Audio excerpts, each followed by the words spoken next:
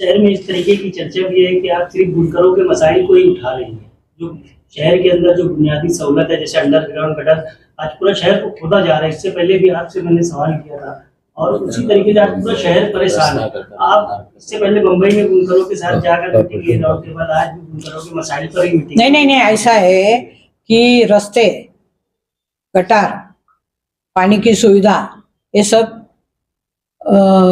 मालेगांव नगर निगम में कारपोरेशन की तरफ से होता है। तो उसके बारे में आयुक्त साहब के साथ जब भी मीटिंग होती है, फरमा रहे बहुत नीचे रहते हैं, बच्चे का हाथ लग जाता है, वहाँ वायर लटकते रहती है, सब सारी चीजों के सब मेंटेन। एक चीज मैं आपको बताता हूँ, जहाँ जहाँ पर भी इलेक्ट्रिकल नेटवर्क है, इंक्लूडिंग आपका लेवल या पोल का लेवल चेंज बढ़ाना पड़ेगा। तो ये मैं आपको एक किसकी जिम्मेदारी है? इन्हें आखिर में तो ये हो जाता है कि वो सब पोल नीचे हो जाते हैं, डीपी नीचे हो जाते हैं। मैंने आपको बताया कि जिस टाइम पर ये लगाया गया, जिसके तहत हमने एस्टीमेट दिया था, बट उसके तहत वो पोल को रेज नहीं किया गया, जो कि कॉर्पोरेशन की तरफ से होना था। तो आप इस पर कार्रवाई करेंगे? हम लोग इसमें कॉर्पोरेशन से टेकअप कर रहे हैं कि जहां मरहबा कलेक्शन मॉल, रेडीमेड कपड़ों का भरपूर खजाना, jeans pant, T shirt, cargo pant, night pant, बच्चे और बच्चियों के लिए अच्छे खूबसूरत और उम्दा ड्रेस। पता याद रखें, जमुर हाई स्कूल मेन रोड, जैतून हजीन मस्जिद के पास, मालदा चौक, मालेगांव। आज मालेगांव की जो कलकत्ता बिजली है, MPSL, तो एक मीटिंग अपने मालेगांव में हुई थी और एक मीटिंग मुंबई में भी हुई और उसके आढ़ावा बैठक आज थी। इसके जो डायरेक्टर है अपने प्रेम सिंह, वो भी थे और उनके बाकी के अधिकारी भी थे और हमारे सब प्रतिनिधि थे। तो जो भी आढ़ावा मीटिंग में मुंबई में जो सब्जेक्ट हुए उसके विषय में उन्होंने क्या क्या कार्यवाही की है, उसकी ये मीटिंग थी। तो मुझे मैंने समाधान लगता है कि बहुत सारे जो मसले हैं वो उन्होंने हल किए हैं। तो उसमें एक जो मसला था कि एक कमेटी बनाएंगे और उस कमेटी की तरफ से हम हर महीने मीटिंग लेंगे और जो भी पावरलूम संस्था है या इतर जो उद्योग है, साइजिंग है, जो घरगुती बिजली है और जो अपने पावरलूम काम करने वाले जो हमारे भाई है, उनके क्या क्या दिक्कतें आती है, तो उस हिसाब से जो भी प्रश्न है वो हल करेंगे। तो एक तो कमेटी के बारे में निर्णय हो गया है। दूसरा एमडी शिप के बहुत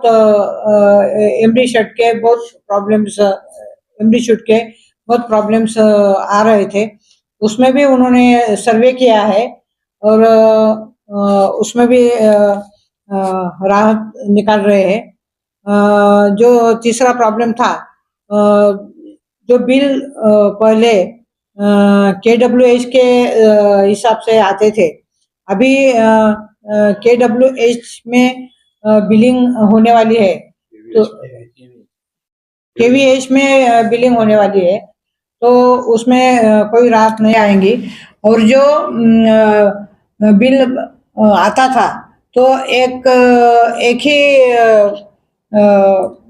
वन टाइम भरना पड़ता था, तो उसमें भी उन्होंने पार्ट टाइम ये किया है कि 50% भी बिजली भरने को, वीज बिल भरने को गिरायक आएगा तो वो पैसा ले लेने वाले हैं, तो उसमें भी राहत है। और जो मेंटेनेंस का था कि बहुत सारे जो डीपीज है वो ओपन है, किसी के दरवाजे वो निकल गए हैं, जो स्कूल गोइंग बच्चे हैं उनको बहुत एक्सीडेंट होते हैं और अभी बारिश भी है, तो वो दुरुस्त करने का काम भी उन्होंने चालू कर दिया है। तीसरा जो एक मिनट,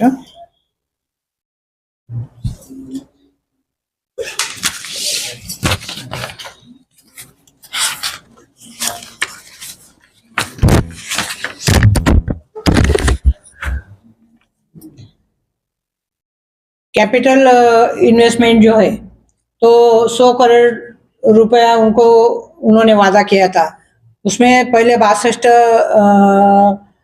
लाख उन्होंने किया था, अभी 62 करोड़, अभी एक 15 दिन में 69 करोड़ उन्होंने किया है और 100 करोड़ वो जल्द करने वाले हैं। उसमें से उन्होंने HP भी 10 HP अभी कर दी है हॉर्स पावर, वो 20 करने वाले हैं और 25 MVA बढ़ाने का उन्होंने तय किया है। न्यू कनेक्शन भी उन्होंने बहुत सारे दे दिए हैं, लगभग 1300 समथिंग, और सिर्फ 56 बाकी है। हाँ, तो वो भी कुछ कागज पत्र जो है वो कम है, इसकी वजह से वो अगस्त में वो पूरे करने वाले, 31 अगस्त तक पूरे करने वाले हैं। जो ओवरलोडेड ट्रांसफार्मर के लिए भी उन्होंने 271 ट्रांसफार्मर नए लगा दिए हैं और जो बाकी है वो भी 1-2 महीने में वो लगाने वाले हैं। कमेटी बनाने का तय हुआ है, पार्ट पेमेंट का तय हुआ है।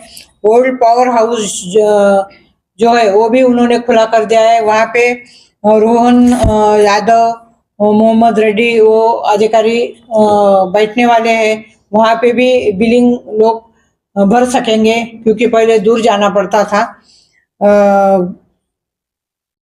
जो भी बिल आता है वो 2.5 लाख से 5 लाख रिवाइज करने के पावर जो है वो श्री प्रेमचंद जो है उनके पास है। वो भी बता दिया है।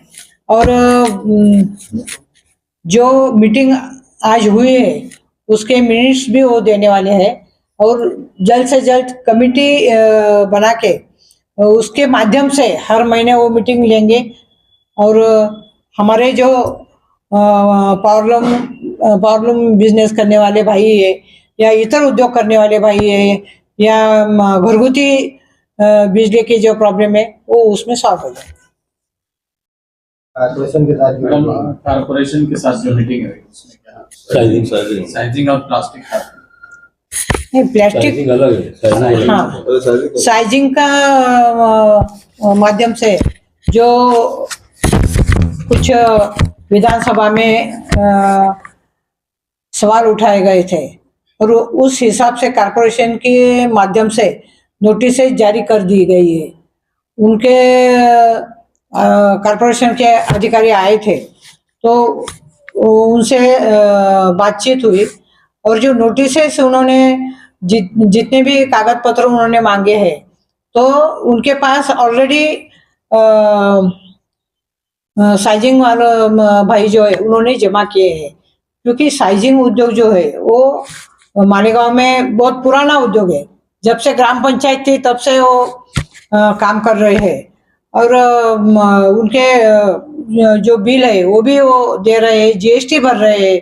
सबसे ज़्यादा इनकम जो है वो साइजिंग वाले और पावरलूम जो भाई है वो दे रहे हैं।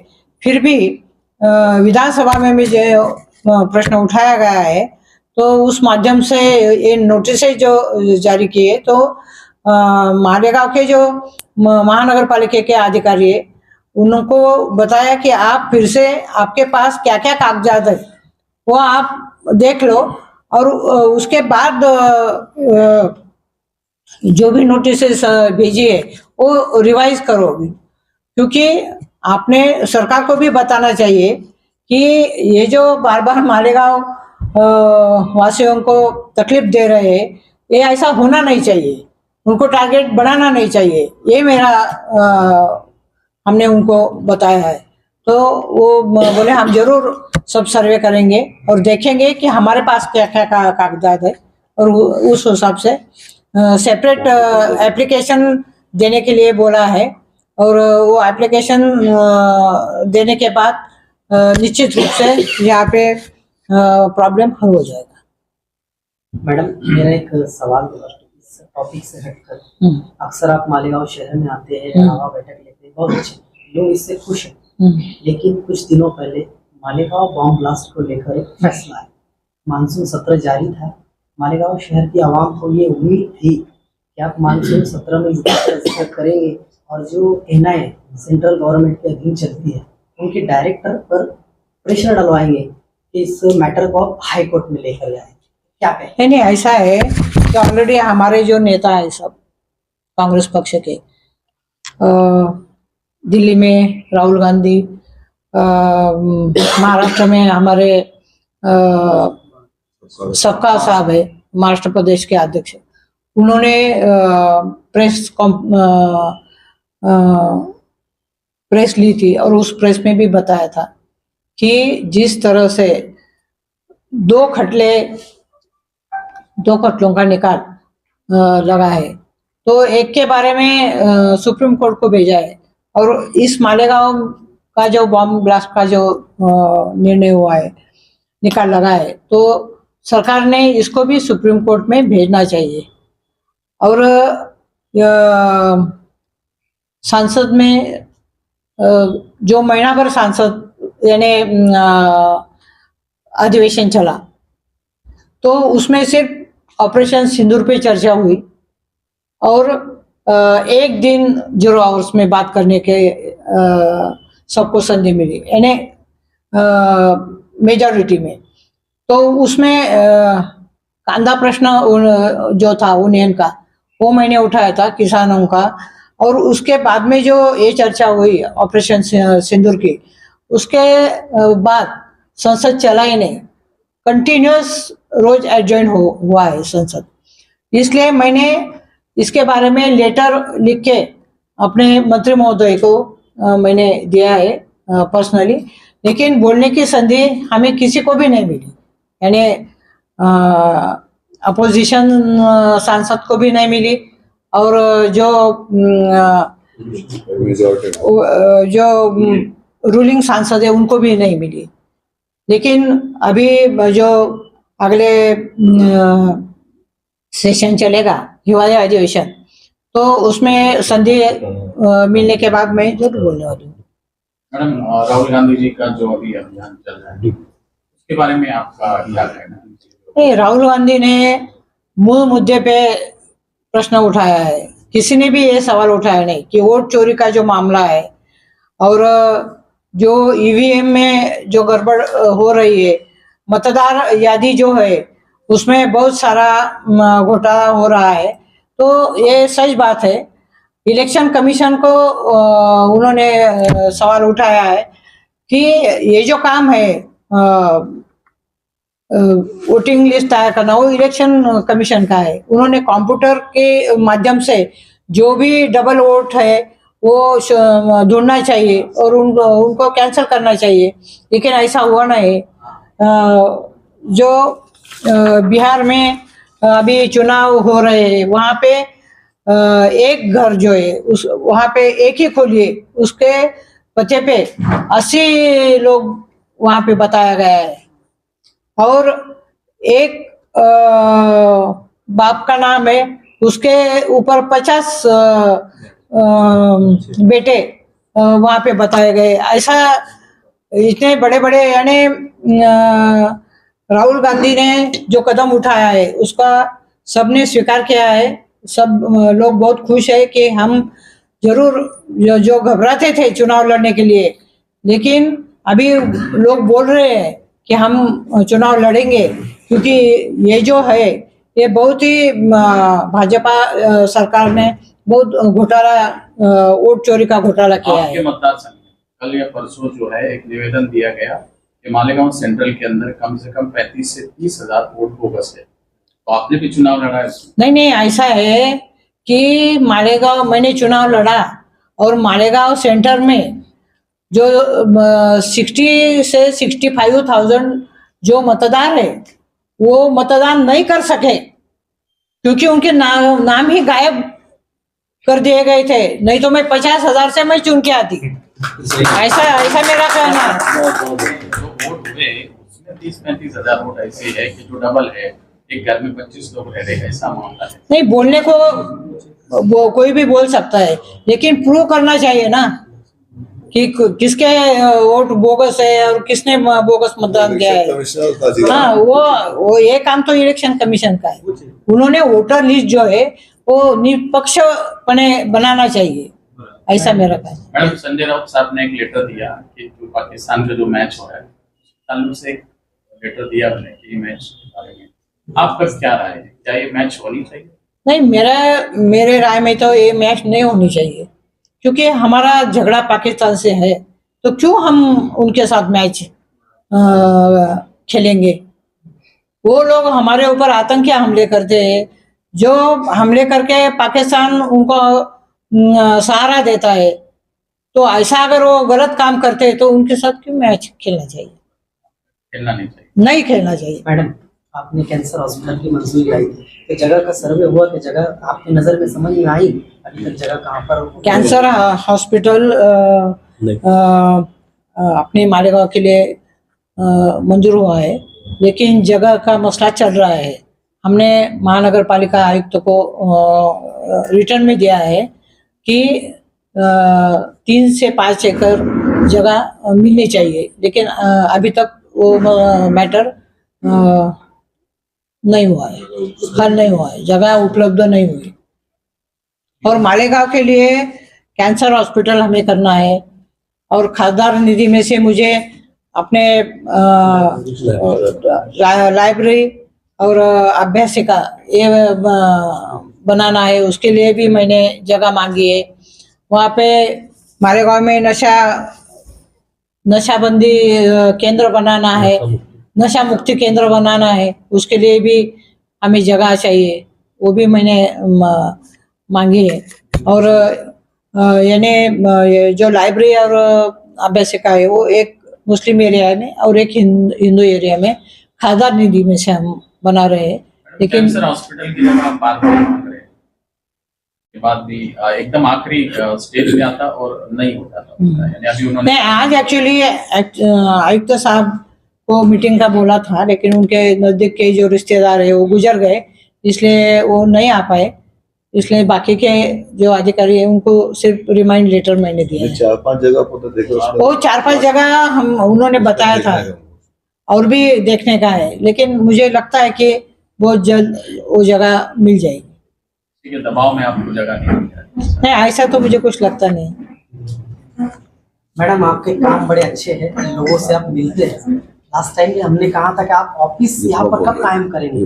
आप तो चुनकर आने में तकरीबन 1 साल का अरसा होने है, वहाँ से आवामी काम नहीं, ऐसा है, मालेगांव में ऑफिस हमें ओपन करना है, लेकिन वो जगह ऐसी चाहिए कि मालेगांव सेंटर और मालेगांव आउटर वो दोनों को सेंट्रली वो जगह चाहिए, वो हम ढूंढ रहे हैं। और मेरा आपका 5 सितंबर मोहम्मद पैगंबर उनका 1500वां जन्मदिन है। 1500 वर्षों का जन्मदिन है। मेरी पैगंबर जयंती पे हार्दिक शुभेच्छा। और 5 सितंबर शिक्षक दिन भी है, तो मेरे सभी उसके लिए भी सभी मेरे भाई बहनों को मैं शुभेच्छा देती हूँ। मैडम, शहर में इस तरीके की चर्चा भी है कि आप सिर्फ बुनकरों के मसाइल को ही उठा रही हैं। जो शहर के अंदर जो बुनियादी सहूलत है, जैसे अंडरग्राउंड गटर, आज पूरा शहर को खोदा जा रहा है। इससे पहले भी आपसे मैंने सवाल किया था, और उसी तरीके से आज पूरा शहर परेशान है। आप इससे पहले मुंबई में बुनकरों के साथ जाकर मीटिंग लिए, और उसके बाद आज भी बुनकरों के मसाइल पर ही मीटिंग। नहीं, ऐसा है कि रास्ते, गटार, पानी की सुविधा, ये सब मालेगांव नगर निगम में कारपोरेशन की तरफ से होता है।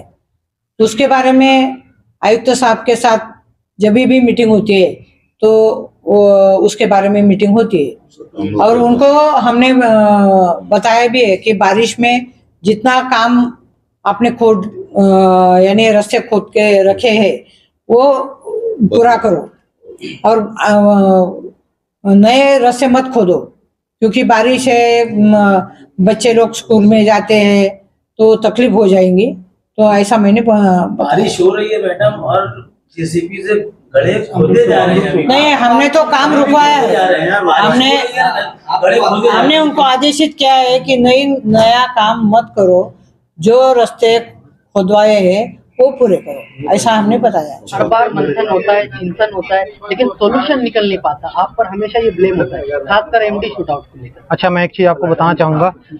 सबसे पहले मैं आपको ये बताना चाहूँगा कि आज जो मीटिंग हुई थी 16 जुलाई 2025 को हमारी MSCDCL हेड ऑफिस में मीटिंग हुई थी, जहाँ पर ऑनरेबल MP मैडम ने मीटिंग ली थी और वहाँ पर डायरेक्टर ऑपरेशंस अवेलेबल थे।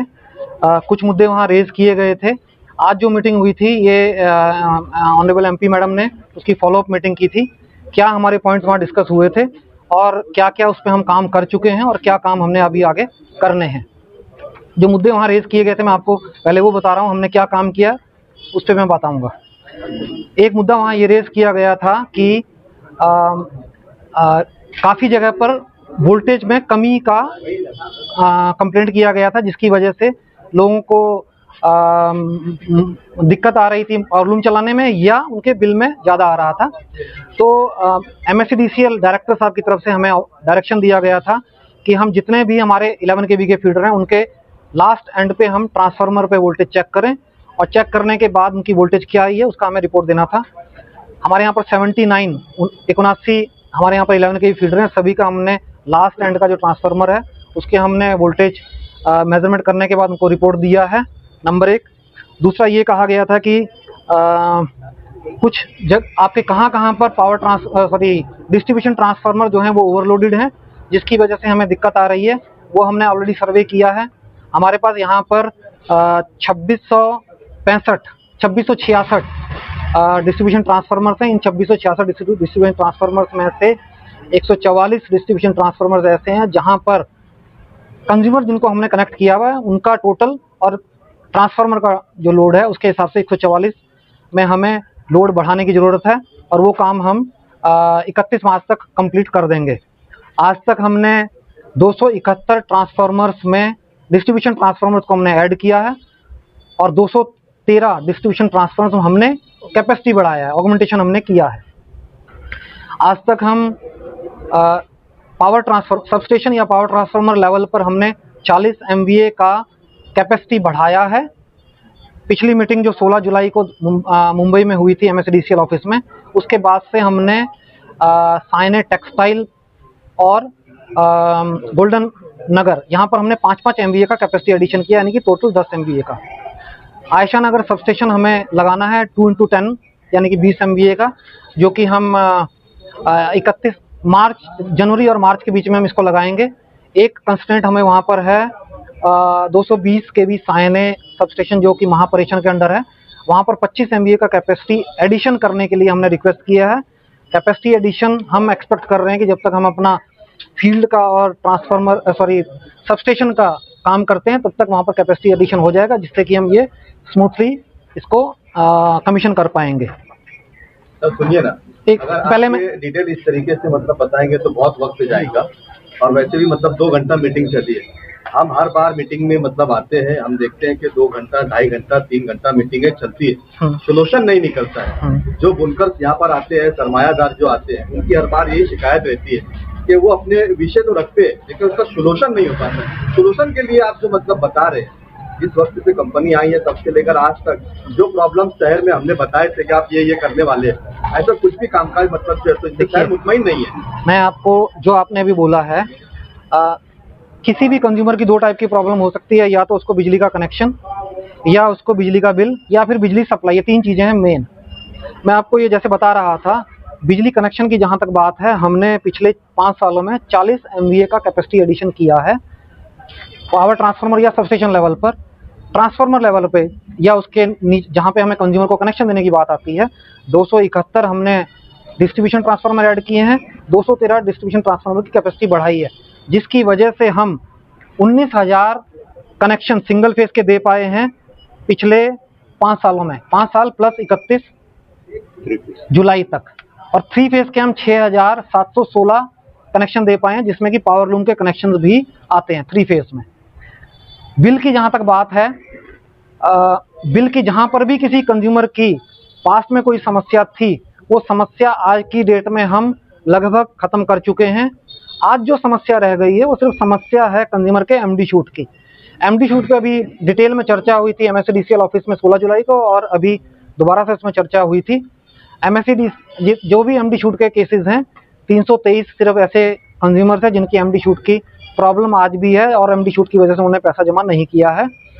इन सब का डाटा एनालिसिस करने के बाद जहां पर इनको बेनिफिट दिया जा सकेगा हम बेनिफिट देंगे, और जहां बेनिफिट नहीं दिया जा सकेगा इनको कम्युनिकेट किया जाएगा। सर, गलती से जो बिल लोगों को जाते हैं, जिनका बिल महीने का 1000 आना चाहिए, उनको 20-20 हजार के बिल चले जाते हैं, और वो लोग फिर उस बिल को कंटिन्यू जो 1000 का बिल रहता है उस पर लाने के लिए चक्कर मार मार के ये ऑफिस वो ऑफिस, ये अधिकारी वो कर्मचारी थक जाते हैं, और फिर उनका अगला बिल जब आता है तो वो 35,000, 20,000, 30,000 से प्लस हो जाता है। देखिए, पहली बात ये है, जो भी आप बता रहे हैं 1000 से 35,000, 1000 से 10,000, ऐसा नहीं है। एमडी शूट का जहां तक मामला है, अगर एमडी शूट आता है तो आपका बिल 2 से 3 गुना बढ़ता है। एमडी शूट के अलावा कोई ऐसा मसला नहीं है जहां पर बिजली का बिल बढ़ता है, ऐसा जैसा आप बता रहे हैं। सिर्फ एक एमडी शूट मसला है। एमडी शूट पर भी मैंने आपको बताया, हमारा CMRI से मीटर रीडिंग होती है। वो CMRI को हम अपलोड करते हैं MSCDCL के बिलिंग सिस्टम में। एज पर DF एग्रीमेंट हमें बिलिंग MSCDCL के सिस्टम पर ही करनी है। वहाँ हम करते हैं, जो भी आपका CMRI में डाटा आता है उसके बेस पर MERC गाइडलाइन के हिसाब से MSCDCL बिल बनाता है और वो बिल आपको दिया जाता है। जहाँ तक एमडी शूट की बात है, मैं आपको 2 चीज़ें बताना चाहूँगा। एमडी शूट पर हमने अवेयरनेस कैंपेन किया था कि एमडी शूट हो क्यों रहा है, क्योंकि एमडी शूट अगर हो रहा है हम बिजली के बिल को कम नहीं कर पाएंगे, क्योंकि हम बिल बना रहे हैं MSCDCL सिस्टम पर और MERC गाइडलाइन के हिसाब से। ज़रूरत ये थी कि हमें कंज्यूमर्स को एमडी शूट पर अवेयरनेस करना था। उस अवेयरनेस पे हमने कंज्यूमर के साथ मीटिंग की है कि एमडी शूट क्यों हो रहा है, क्या क्या उनको करेक्टिव एक्शन लेना चाहिए जिसकी वजह से एमडी शूट की प्रॉब्लम ना आए, उनको बिल में इस टाइप की पेनल्टी ना आए। हम ये ट्रांसफार्मर है, बहुत नीचे रहते हैं, बच्चे का हाथ लग जाता है, वहाँ वायर लटकते रहती है, सब सारी चीज़ों के का मेंटेन। एक चीज़ मैं आपको बताता हूँ, जहाँ जहाँ पर भी इलेक्ट्रिकल नेटवर्क है, इंक्लूडिंग आपका ट्रांसफार्मर जब भी लगता है, यहाँ पर इलेक्ट्रिकल इंस्पेक्टर की तरफ से इंस्पेक्शन किया जाता है। जो भी हमारी रेगुलेशन होती हैं, सेंट्रल इलेक्ट्रिसिटी अथॉरिटी के रेगुलेशन होते हैं, उसके तहत हमें इलेक्ट्रिकल इंस्पेक्टर नासिक में हैं, इनसे हमें इनको इंस्पेक्शन के लिए ऑफर देना पड़ता है, उनकी तरफ से क्लियरेंस आता है, तब जाके हम इसको चार्ज करते हैं, चालू करते हैं। तो इसका मतलब ये है कि जहाँ जहाँ पर हमने ट्रांसफार्मर को पास्ट में चार्ज किया था, सभी जगह पर इलेक्ट्रिकल इंस्पेक्टर की क्लियरेंस थी। आज की डेट में आपका जो कहना है, जहाँ जहाँ पर ट्रांसफार्मर की हाइट कम हो गई है, जरूरी तरह से वहाँ पर सड़क की हाइट ऊंची हुई है, ये आप शायद आपने ऑब्जर्व किया होगा, सड़क की हाइट ऊंची हुई है। सेंट्रल इलेक्ट्रिसिटी अथॉरिटी में मैं 2 चीज़ें आपको बताऊंगा। सेंट्रल इलेक्ट्रिसिटी अथॉरिटी में एक चीज़ ये है कि जो इलेक्ट्रिकल नेटवर्क एक बारी लग गया, उसके बाद अगर उसमें उसके आसपास उसके तहत अगर कोई भी बदलाव आता है तो उसकी इंटीमेशन एक हमें आनी चाहिए, MSCDCL को या MPSL को, जो भी वहाँ पर बिजली डिस्ट्रीब्यूशन कर रहा है। दूसरी उसकी इंटीमेशन जानी चाहिए इलेक्ट्रिकल इंस्पेक्टर को।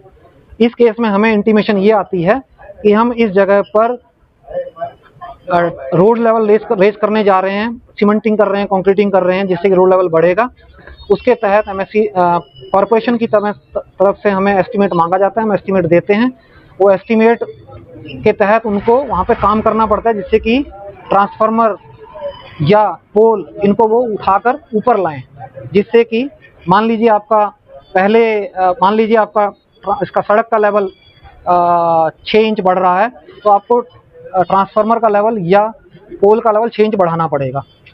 तो ये मैं आपको एक किसकी जिम्मेदारी है? इन्हें आखिर में तो ये हो जाता है कि वो सब पोल नीचे हो जाते हैं, डीपी नीचे हो जाती है। मैंने आपको बताया कि जिस टाइम पर ये लगाया गया था उस टाइम पर इलेक्ट्रिकल इंस्पेक्टर से क्लियरेंस लिया गया है, जो मानक थे। लेकिन अभी ये प्रॉब्लम है, तो इसको कैसे देखते? मैंने आपको ये बताया, इसको गौर कीजिए कि जब भी कोई भी बदलाव किया जाता है तो एक इंटीमेशन, जो भी बदलाव कर रहा है, जैसे इस केस में बदलाव हुआ कॉर्पोरेशन की वजह से, तो इसका एक इंटीमेशन जाएगा डिस्ट्रीब्यूशन कंपनी को और दूसरा इंटीमेशन जाएगा इलेक्ट्रिकल इंस्पेक्टर को। तो हमें इंटीमेशन आया था जिसके तहत हमने एस्टीमेट दिया था, बट उसके तहत वो पोल को रेज नहीं किया गया जो कि कॉरपोरेशन की तरफ से होना था। सर आप इस पर कार्रवाई करेंगे? हम लोग इसमें कॉरपोरेशन से टेकअप कर रहे हैं कि जहां जहां पर रोड लेवल रेज हुआ है वहां वहां पर पोल या ट्रांसफार्मर जो भी उनको रेज किया जाए वो कॉरपोरेशन की तरफ से किया जाएगा।